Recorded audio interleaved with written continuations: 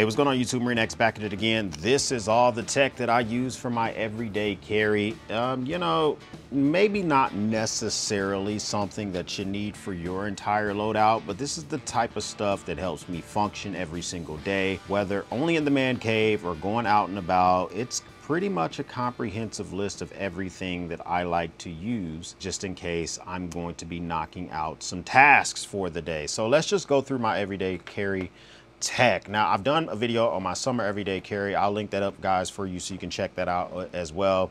But let's just jump into the actual tech that I use every single day, why it's important to me and all that good stuff. Now, first thing we talk about, my iPad Mini 6, rocking a D-brand skin here. I have an iPad Pro. I'm actually using it right now to monitor this video, but my most used iPad hands down has to be the iPad Mini 6, checking emails, watching YouTube videos, handing it to a kid to keep them distracted, using it for notes. The Apple Pencil, it's like a powerful combination.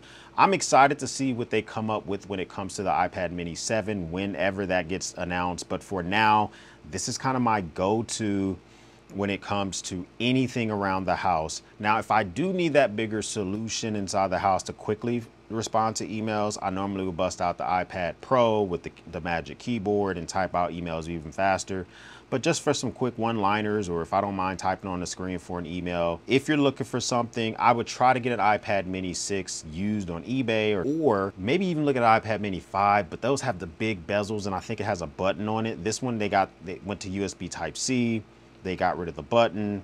It's really good, even with the, you know, touch to unlock with the Touch ID, everything works really great. So that's kind of like the first go-to item for me, hands down.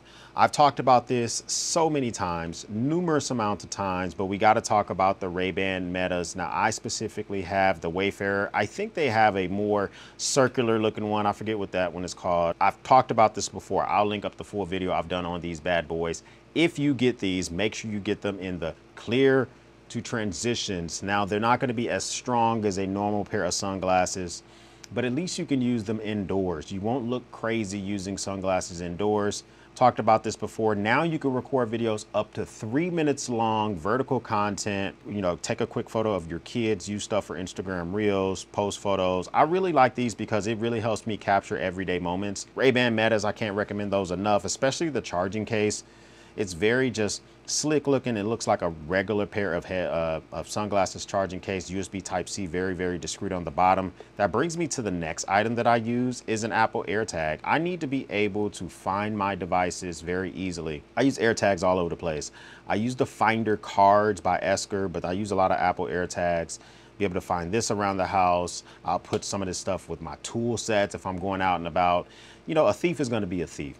But I like the fact that they now have made the Apple AirTag work even with the Google Find network. So the other day I had this RayBan's case with me and I went and I had my Google phone. I didn't take my iPhone with me that day and I went off to a buddy's house to put together a piece of furniture. My Google phone said, hey, there's an Apple AirTag near you. Do you want to find it? Do you want to make it ring? The person that owns it won't be alerted. I was like, that's crazy that Google and Apple are sharing information. I think that's really good. I don't talk about it as much. I probably should maybe do a video on this. This is the Ultra Human ring, and I use this every day, mostly for God tier sleep tracking, all sorts of features, so much features in the app. This thing does cost, I think, $349. They may have any specials going on. Anything I see, I'll link up down below if there's any specials or anything going on, but probably the Oura ring. Even though that has a monthly subscription, it's only like $6, but that $6 adds up pretty quick. Next, I would honestly probably say the Ultra Human. I've tried the Whoop band. I didn't like the monthly subscription. I didn't like the fact that it you know, turned my entire wrist a different color. I didn't like that. With the Ultra Human, you can, in theory, put this on a ring finger. You can put it on a pinky. You can decide where you want it. They recommend the index, but you can decide which finger you want to actually monitor. A few things I do wish was a little bit different. I wish I had a concave design similar to the new Samsung smart ring that just dropped a couple of days ago. But other than that, this thing has been fantastic, used every day, highly tracks my sleeping, helps me really with my recovery score and when I should take caffeine, all of that good stuff. Next is the iPod combination. One of these two gets used every single day. It just depends on what I got going on. the iPod Nano. I think this is the 6th generation, but this is one of the first iPods that had a camera before iPod Touch 6th and 7th generation. This really crappy camera, I think it's a 480p, but it had a camera. I bought this thing when I was still in the Marines in like 2013 or something like that. Has all my songs loaded up to it. I like the fact that it doesn't have Wi-Fi. I can just take this, be disconnected from the world, listen to my music. It's fantastic. And it has speakers. One of the first iPods with speakers on them. This is a really good iPod when they came out with it. It came out in all sorts of colors. You can get this, you can still pick these up on eBay pretty easily. Then the iPod Touch 7th generation. I like using this one. It has a longer battery life. It feels closest to my iPhone without making phone calls and text messages. Now, I know iMessage goes on here. It does have FaceTime. But what I mean by that is once I leave the house, it doesn't get either one of those two things. It doesn't have data.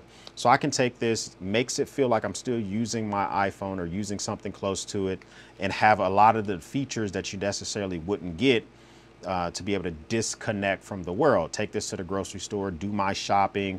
It still has the button. You just have to put a password in. It's just real old school feeling about this. So I like both of these. It just really depends on what I got going on that day for which one that I will use particularly. It just really depends on how I feel.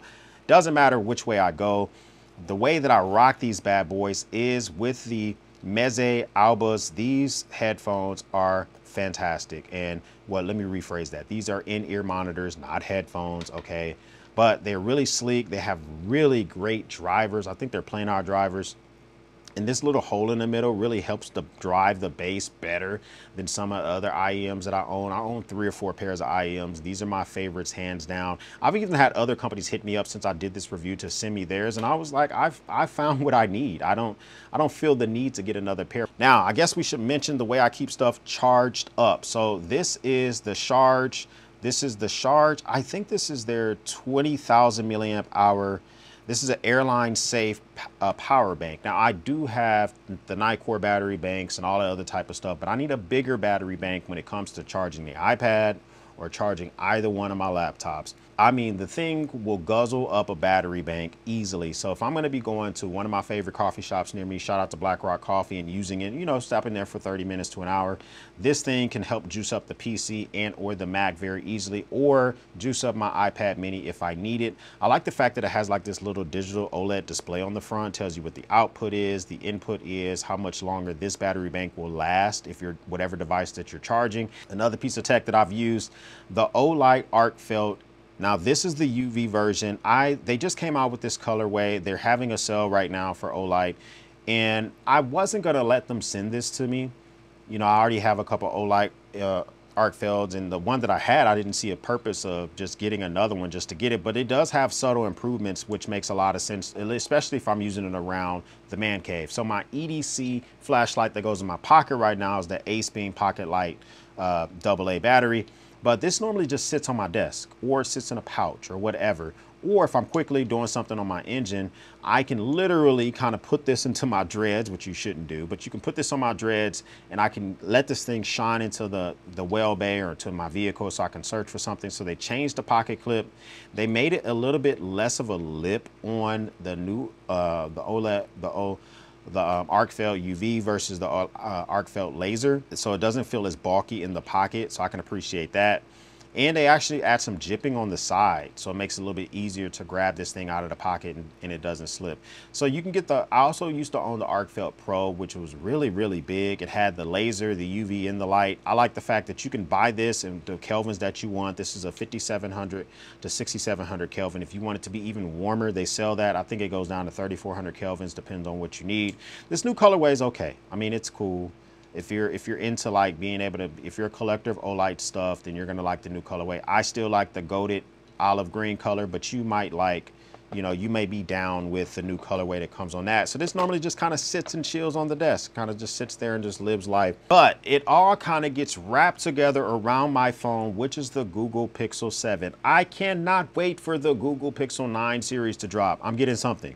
I don't know if it's going to be the Google Fold 2. Probably, I'm looking at that heavily. That's like $1,800, $1,900. But that thing, because of how much I use my phone, I really would like to get a bigger phone, like a Google Fold, give the iPad mini to one of my kids and just have the Google Fold and an iPad Pro. I would love that combination for those two, but this thing gets the job done. The battery life is not quite where I need it. I'm a heavy user of my phone. Responding to YouTube comments, responding to emails, my work emails linked on here. I have a work iPhone, but this is also linked on there. So this thing is fantastic. Still to this day, although it released a couple of years ago, the Google Pixel 7 still gets the job done. I have it in the white colorway. It looks really good. So I kind of do, I'm starting to get a little bit of FOMO. I almost bought a used Google Pixel 8 Pro, and I pumped the brakes on that. This is kind of the loadout for my tech that I use every single day. Now, there's other things that I use all the time when it comes to tech that are more related to YouTube, like my cameras. And of course, I have my regular EDC that has my knives and stuff like that. But this is kind of the tech that I use for everyday carry.